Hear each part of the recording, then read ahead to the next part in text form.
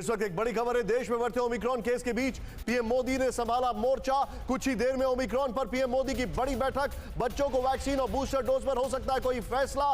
Corona पर काबू के लिए कड़े फैसलों पर भी चर्चा संभव।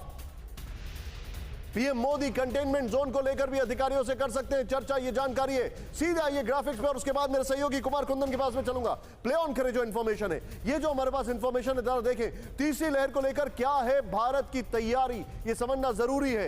नाइट कर्फ्यू और कंटेनमेंट को लेकर केंद्र ने राज्यों को चिट्ठी लिखकर कई निर्देश दिए। नंबर 1, ध्यान दीजिएगा, ओमिक्रॉन से निपटने के लिए वॉर रूम एक्टिवेट किया जाएगा। राज्यों को जरूरत पड़ने पर नाइट कर्फ्यू लगाने के लिए कहा गया है। हॉस्पिटल में बेड, एम्बुलेंस, ऑक्सीजन इक्विपमेंट पर्याप्त हो। दवाओं के लिए इमरजेंसी फंड इस्तेमाल करने का सुझाव। 100% वैक्सीनेशन का लक्ष्य हासिल करने में तेजी से काम, यह हमारे पास इंफॉर्मेशन आ रही है। मैं सीधे चलूंगा इसी ग्राफिक्स के साथ। अब मैं चाहूंगा जो हमारे पास ब्रेकिंग है उसको टिकर मिले। सीधे कुमार कुंदन, आपसे मैं इंफॉर्मेशन लेना चाहूंगा, क्या तैयारी है यह हमें दिखाई दे रहा है, लेकिन क्या तैयारी डेल्टा से बेहतर है?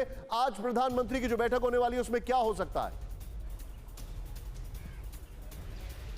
देखिए, डेल्टा के बाद ही प्रधानमंत्री लगातार इस पूरे मामले पर नजर रखे हुए हैं और समय समय पर मीटिंग भी ले रहे हैं। सुबह पीएमओ डेली 9:30 बजे इसको लेकर रिपोर्ट लेता है, लेकिन जिस हिसाब से ओमिक्रॉन के हाल के दिनों में केसेस बढ़े हैं उसके बाद से प्रधानमंत्री ने खुद ही एक बार मोर्चा संभाला है। और अभी जैसे कि पिछली बार डेल्टा में काफ़ी ज़्यादा ऑक्सीजन की जरूरत पड़ी थी, आईसीयू बेड्स की जरूरत पड़ी थी, वेंटिलेटर्स की जरूरत पड़ी थी, तो सरकार ये सुनिश्चित करना चाहती है कि अस्पतालों में ऑक्सीजन की व्यवस्था है अथवा नहीं है। जो कोशिश की गई थी ऑक्सीजन पीएसए प्लांट्स लगाने की, पीएसए प्लांट्स की क्या स्थिति है इसकी भी जानकारी लेना चाहती है। सरकारी गैर सरकारी राज्यों ने निजी अस्पतालों को सब्सिडाइज करके पीएसए प्लांट लगाने को कहा, उसकी क्या स्थिति है? और इन सब के बीच जो डोजेस दिए जा रहे हैं, कौन कौन से ऐसे राज्य हैं जहां अभी भी डोजेस नहीं दे पा रहे हैं या फिर किसी वजह से लोग नहीं लगवा पा रहे हैं, उन लोगों को कैसे जल्दी से जल्दी डोज दिया जाए।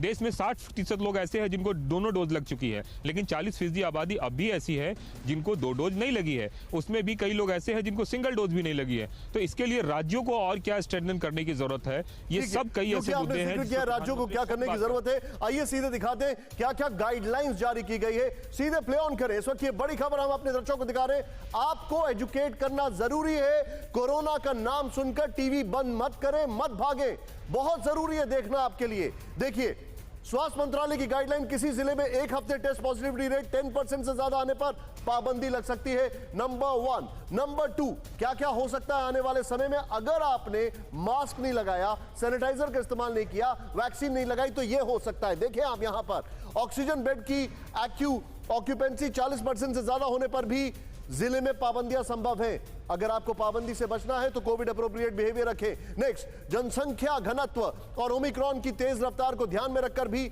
लग सकती है पाबंदी। पाबंदियों में नाइट कर्फ्यू, टेस्टिंग और कंटेनमेंट जोन जैसे उपाय शामिल हैं। राज्यों केंद्र शासित प्रदेशों से डेटा एनालिसिस पर जोर देने का निर्देश है। राज्यों केंद्र शासित प्रदेशों से अपनी सीमा में आने से पहले ही